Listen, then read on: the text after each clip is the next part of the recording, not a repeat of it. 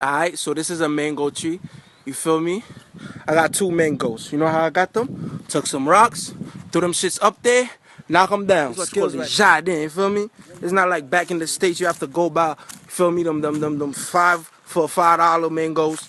No. Out here we got mad. I'm a nigga deal, you feel me? That's what we do out here. We you know what I mean? That's what we do.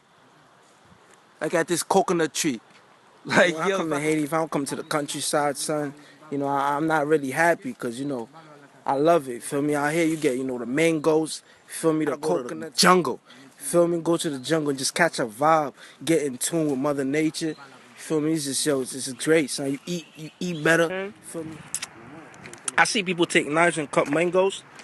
Like, I just bite on this shit, feel me? Just coller dans la dent pour dévorer. That's how the Creole, they say it in Creole, feel me? Dévorer.